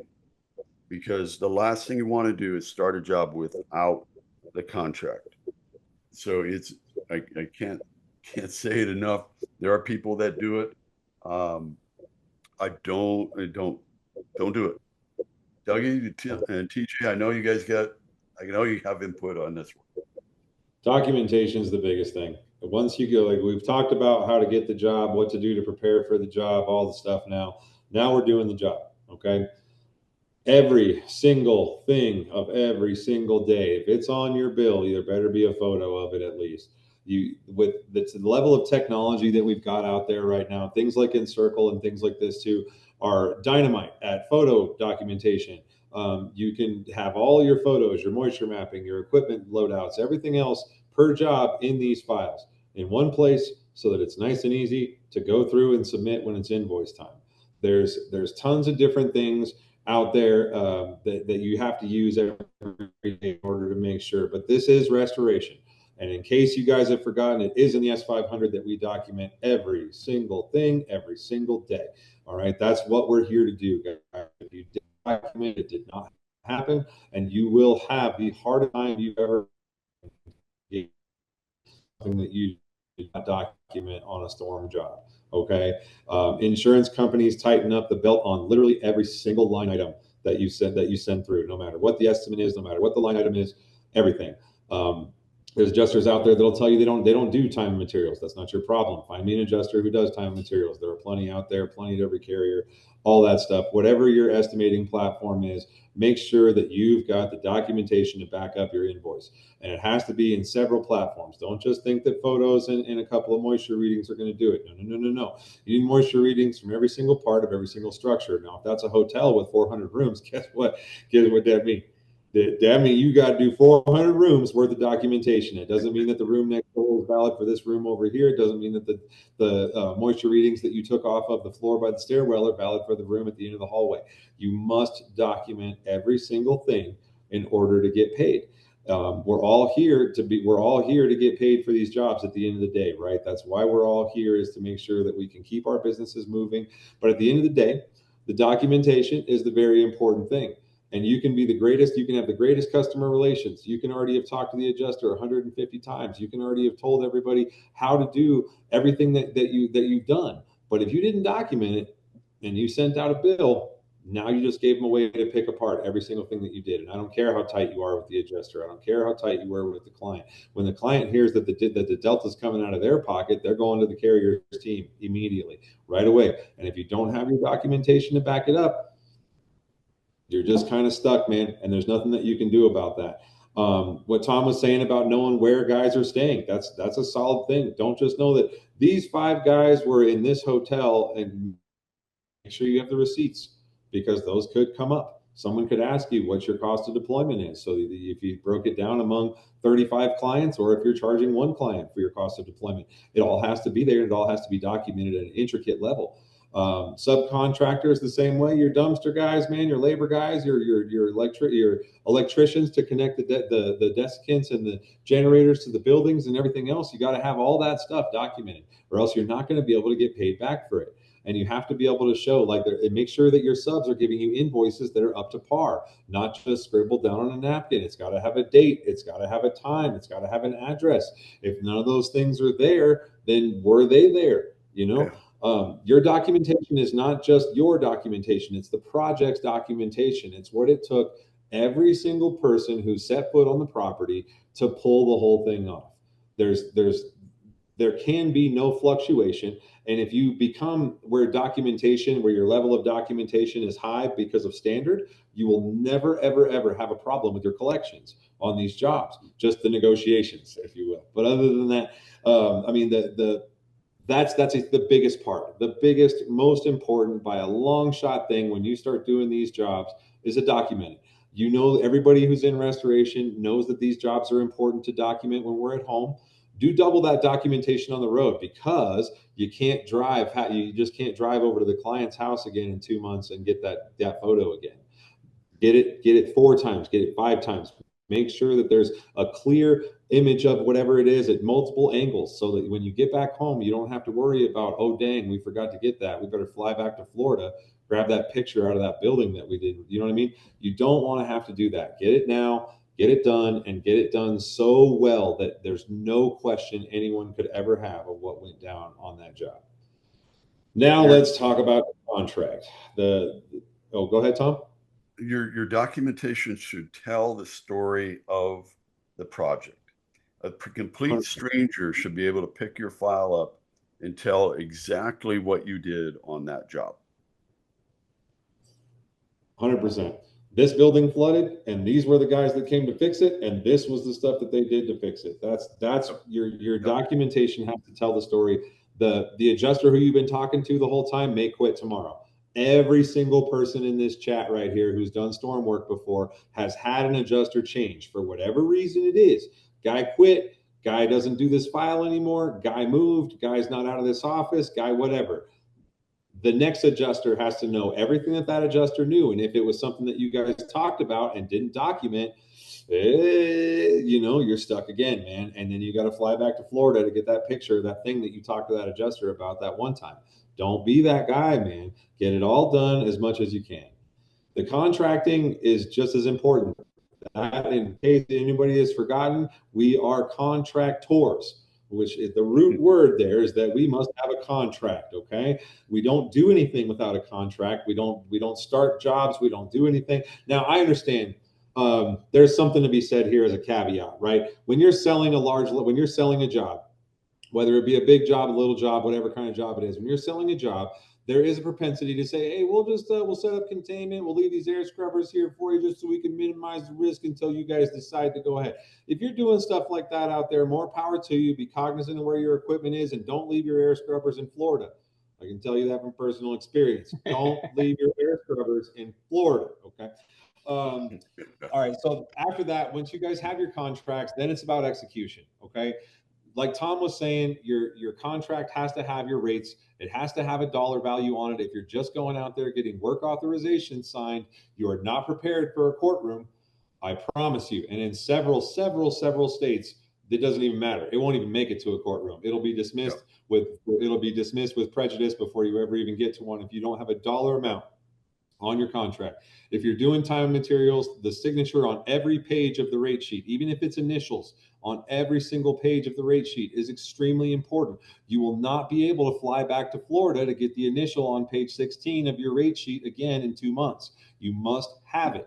Okay. Every single initial, every single signature, every single one. On our specific rate sheets, we have an initial for whoever's presenting, whether it be the project manager or whoever, and the client, so that both people initial each initial. So everybody knows that every single part of this has been approved. You know what I mean? There's no question about it. And when it comes down to the invoicing, then at that time, I have a much easier time because everybody signed up for this at this rate per hour, this at this rate per hour. So nobody, or per day or per week or per whatever it is, right? We've already had this set in stone. There's no surprises. I'm not jacking my bill up by 50 grand at the end because I was lucky enough to pull this job off on time. None of that stuff. It's all in there in the contract. It's all in all the documents that got you to the point where you're able to sign a contract with any client, no matter the shape or size, right? Now it's up to you to be able to make sure that that document is enforceable in the state that you're in. And for some guys, like, that may be different. For me, coming from Colorado to Florida, there are wild differences in lien laws and everything else, and what I can do to protect myself working in a storm zone. Texas is the same way. There's a North Dakota we were talking about the other day, the same way. There are many, many things that you have to make sure that you're compliant on before you go into doing these things. So before you're leaving, before your first contract is signed, make sure somebody with the legal ability to do so reviews it and make sure that it's perfectly compliant in that state. Without a contract, it doesn't matter. You could document everything you want. You could have the most solid documentation in history. If you don't got a contract, it doesn't matter. You have to always remember that it is a business. This is business. And what we're doing here, we're documenting what we've done. And whether you're doing time and materials or Xactimate, it doesn't matter. You have to do this. You have to supply your labor sheets, your equipment sheets, because you're getting paid for what you do, not what you estimated, but what you actually did. And in order to prove what you actually did, you got to have your sign-in sheets for your labor. You got to have your timestamps for your labor, who was there, who wasn't there. And you got to have your hotel receipts. Where were your people staying? You got to have your subcontractor. You got to have all of this in there. TJ, got anything you want to throw in there before we head into invoice? Yeah, I think one of the main things on the contract is a lot of people leave out a period of performance where they're setting a timeline on that contract for that dollar amount to perform that contract. Mm-hmm. And in a lot of states, that period of performance dictates whether that contract is valid or not. So, another point that you want to make sure you have in your contract and reviewing these contracts before you even get to make sure that they're compliant and ready to go for where you are going. Yep, absolutely. And because everybody, remember, this is business, and I don't know that there's any bankers on the phone. I know TJ's an ex banker, but we're not bankers and we're not banks, but we bankroll a lot of projects. And what I mean by bankroll is we do the job and then we beg to get paid for it. which is a crazy business, but it's a business that we're in. And this is my 39th year, so it hasn't driven me crazy yet, and I'm not done. So, it is what it is, but we have to make sure that we're covered in our documentation, in our contracts. Remember who your client is. The client is whoever signs your paperwork. It's not the consultant. It's not the adjuster.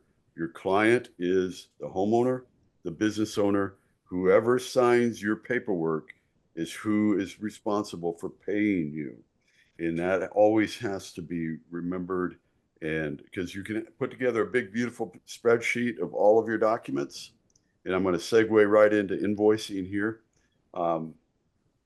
You can have beautiful spreadsheets and all of this great, did this incredible job. Wow. But you can't back anything up. If you can't back it up, then you didn't do it. Again, if you don't document it, it didn't happen. If you don't document it, you can't invoice for it. If you can't prove that you did it, you can't just say you did it and create an invoice and get paid for it. You can try to do that, but then you're going to be wondering why you can't get paid on that. And so be prepared to create your invoices quickly. Don't wait 30 days until after the job is done, because guess what you just did? If you wait if you wait 30 days and you weren't going to get paid until 60 days, you just made it 90 days. And if you weren't going to get paid 120 days, you just made it 150 days, just because you couldn't produce the invoice quick enough.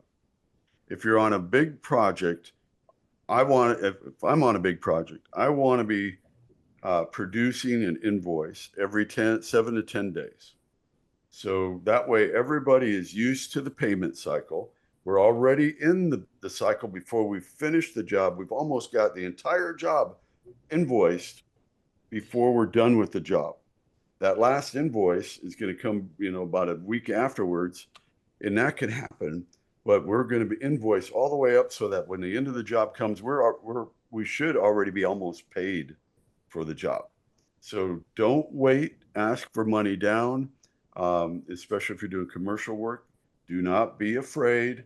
If you don't ask, you don't get. If you don't ask, you don't get.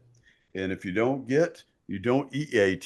If you don't get, you don't eat. So if you don't ask, you don't get. If you don't get, you don't eat. So we all need to eat. It's the reason why we're in this business. We love the business. We want to do well. Everybody wants to do well. We want to do well by the client also. Never forget that the client is who we are always working for. Make sure that we're always tracking everything. And we kind of beat it into the ground already. But do it on a daily basis. Don't let one day go by. If you're coming into the event, the CAT event zone, will you bring an accountant? Yes. Bring somebody that's going to be tracking the paperwork, and that is their only job, is to make sure everybody is doing that. Bring an accountant with you.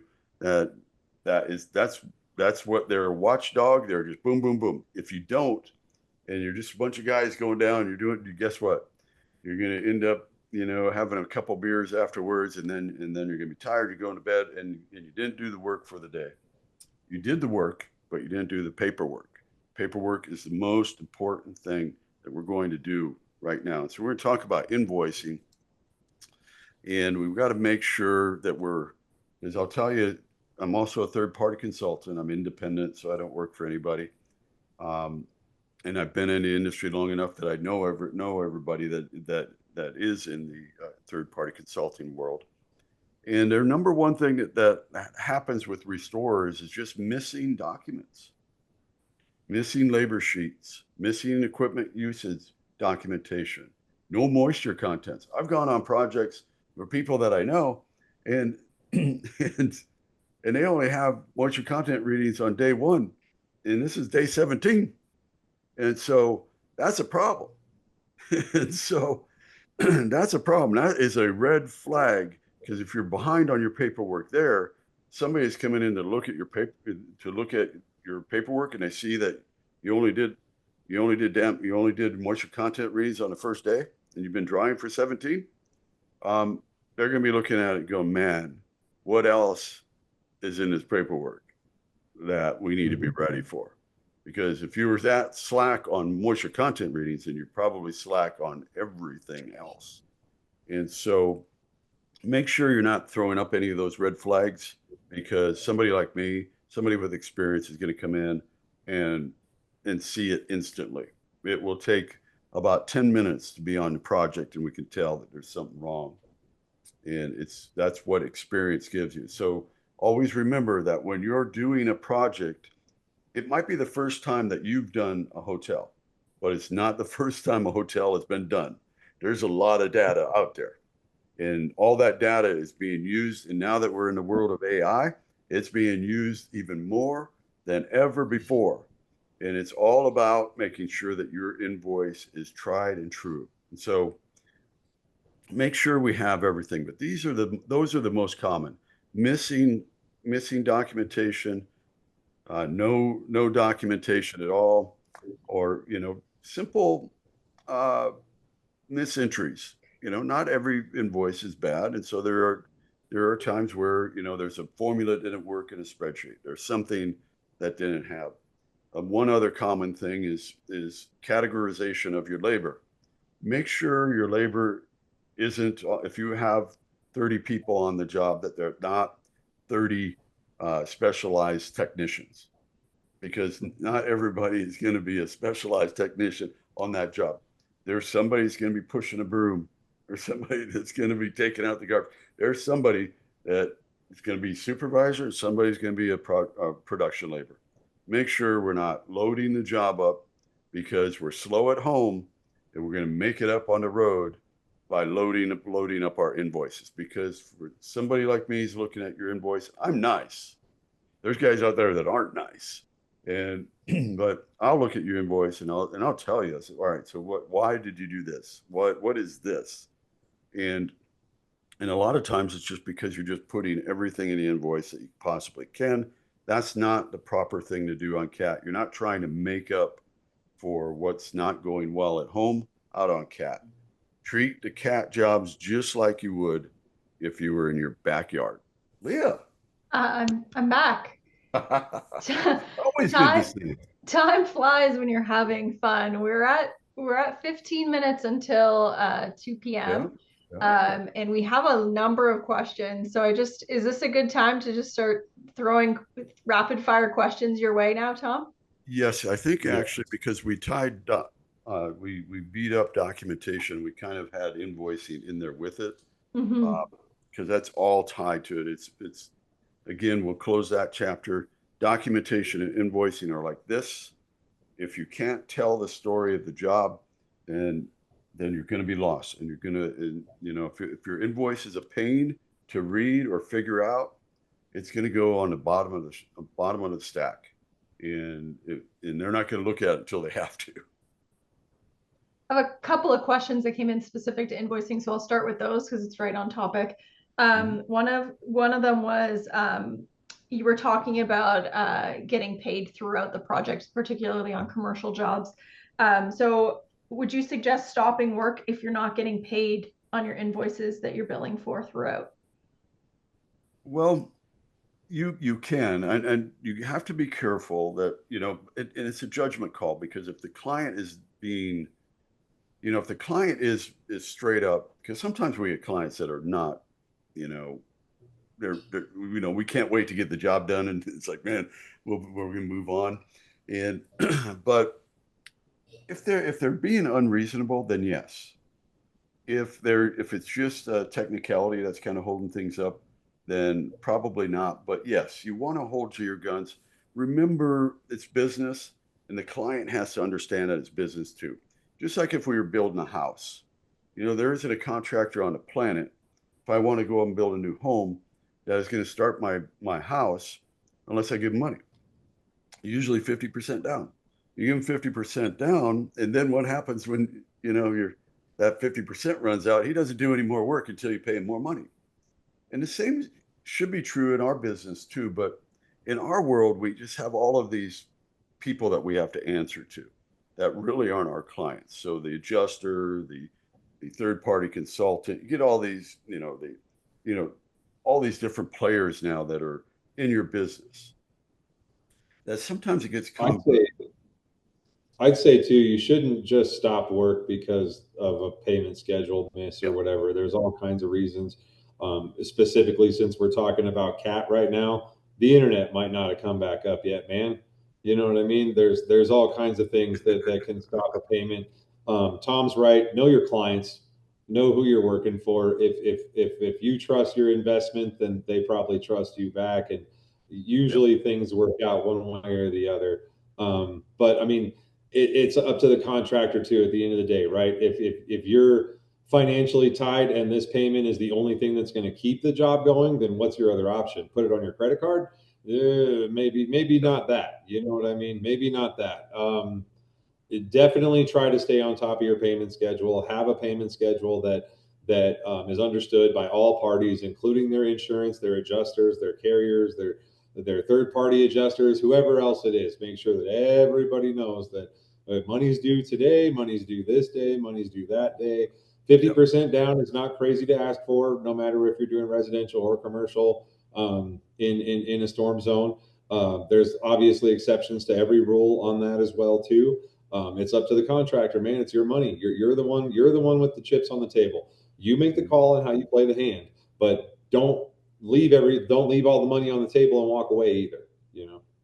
And make sure you have everything on a schedule. Make sure that it's every 7 days or 7 to 10 days on big projects. You're just producing an invoice. You're getting it to them. It has all the backup, so that they know what to expect, when to expect it, and the easier you make the process, the easier it will be, and that's the key. And right. Thanks, guys. Yep. I'm going to make my own really quick shameless plug around payments. Encircle is in a month. We are launching our own in-app payments feature. So if you need to get paid really quickly in the field, you can equip your teams with the ability to request and collect payments right there in the field. So just another way to keep the cash flowing for our customers. All right, I'm going to go back up to the very first questions that came in, because those folks have been very, very patient waiting for their questions to be asked. We've got about 10 minutes left, so we're going to rapid fire and see how many we can get answered in 10 minutes. Okay, the first question: if you wanted to start off small with cats, is there a limit to what you can accept or start as? Also, is it reasonable to partner up with other restoration companies? Yes, partner up with other restoration companies. No, there is not a limit to how small you can start. Okay. Yep. It's a contractor's choice. This is your finances. Okay. If you've got 20 grand and you want to deploy maybe 4 guys for a couple of weeks and see what's going on out there, that's fine. Do not take in more work than you can perform. That is my only caveat. Do not set people up for failure. Do not set people up to be starting their demo in 3 weeks when it's a mold job. Only take in what you can physically perform and do. And the best way that you can learn how to do CAT is to ride along with a company that has done it already a lot. Yep. All right. Can you discuss the importance of preparation and resources needed for planning for time away and protecting the home front while out catting? I saw this one out earlier too. This is a very cognizant business owner here. You cannot leave your customers at home hanging because you decided to go halfway across the country. You cannot do that. You must leave enough people, equipment, and everything at home to handle what's going to be your calls there. I don't know how it is for other business owners. Inevitably, when I leave my business, it's going to get real busy all of a sudden there at home. And whether it's vacation, CAT, whatever it is, whenever I leave, something crazy is going to happen. You know what I mean? So I haven't been on vacation out of fear. No, I'm kidding. Anyway, the point is, make sure that you're aware of what you're doing and you're prepared for it ahead of time. That's the best thing to do. Do not leave your home and your customers. Those are the people that you service every day. Do not leave them hanging. They're the ones that you're depending on when you come back. Yeah, if you leave them while the cat's away, somebody's going to steal your client. No pun intended. While you're out catting. Next question. Do you have a specific process, I'm showing my Canadianism, for vetting a client? So do you have a specific process for vetting a client, assuming this needs to be done first to determine you can deliver on a promise for a job? Yeah, this only really comes in with residential clients, though. Most commercial insurance, we don't do a whole lot of vetting. With residential clients, you want to make sure, are they covered? Are they confused about their coverage? Do they think that they're covered, or do they know that they're covered? And then you want to get in with their carrier as fast as you possibly can, preferably before you start work, to verify and confirm all these things, and then to kind of set scope with the carrier so that they know what your invoice is going to look like. TJ, you got anything? If it's not a claim, Yeah, if it's not a claim, credit. It's the problem. Yeah, I mean, especially on commercial background, credit checks are a great way, and having that vendor set up before you go where you can pull background checks or, credit checks on your commercial losses is going to tell you from the get-go, some things that you might flag and not want to do that job. Do they pay their bills on time? So that should absolutely be part of your process, especially if it's going to be a financially constraining project for you to perform. Mm-hmm. The next question is quite a bit more specific, but when a commercial client says no to Cat 3 services and doesn't want to sign a declination form, how would you tackle this problem? Education is key. Yeah. Education is key, man. Let them know the dangers of not doing mitigation the proper way according to the category of the loss. If they still won't do it, man, then you can still do the job with a waiver. It's up to them what they do with their structure. You know what I mean? It's up to them what they do with their structure. If they want to do it a lesser way, or a way where they think it's going to be easier to pass for their AR or their insurance or whatever, then that's their prerogative. You know what I mean? And there's some clients that you won't be able to get to budge off the Cat 2 to Cat 3 line because they understand the difference, and their carriers have told them to avoid that at all costs. And the contractor comes in talking Cat 3, tell them, no. You know what I mean? Like, there's levels of training that go into this stuff, building owners and things like that, for years and years and years and years and years and years and years, that we don't necessarily get privy to as contractors, right? We don't know what conversations they have with their carriers, with their adjusters, with their account managers, stuff like that. Cat 3, it's a line, man. If you can't educate your client into saying yes, then get them to sign a waiver and do the best you can. Yep. And when you're dealing with time and materials too, it's less of an issue than with Exactiment, because Exact has a specific price to it, whereas time and materials, it's basically what you're doing, whatever it is, whether it's Cat 1, 2, or 3. Mm-hmm. I think we have time for probably 2 more questions. One of them came in on the Cat 2 or 3 real quickly. Get a hygienist report. If you have those things, it's harder to say yes or no to. Sorry, Leah, go ahead. No, that's all good. There was a question that came in earlier in the chat, is what do you think profit margins should be on a Cat job? TJ? Well, let's ask the banker. I mean, yeah, go ahead, Tom. Yeah, I'll take 1 minute. But your margins are going to depend upon how you manage the job. It shouldn't be, they're not built into the job. They're like, for example, you don't have Cat prices and then your prices at home. Your prices are what your prices are. And so you have to manage the job to where you're going to make money. So it's more about your management of it. Are you able to do all the strategic partners? Are you able to line everything up and still make money? That's the big thing. There really isn't a set margin that you would be shooting for. You could throw out what you usually make at home as your goal is what you should be making on the road. There shouldn't be. It's not a gold rush. But TJ, if you wanted to throw something in there too. Well, I mean, it all goes back to the daily management of your project. You should know where you're at financially with money in, money out, and what's coming every day. So it's actively managing the project during the project and not looking back, at the end and wondering where you might land. Right. Yeah, I think sometimes people think that the margins on Cat are bigger, and maybe some people are padding their bills or whatever, but it's not really what you're supposed to be doing. It's supposed to be the same prices, same margins. They might differ because you might manage them better. It's what it's got to come down to. Is, are you managing your jobs, to where you're making more money? So that is us. That's it. That's just after 2 o'clock. Really appreciate it. This was such an informative session. And watch your inbox for more from Encircle and more from Tom as we go forward. Thank you, everybody. Thanks, everyone.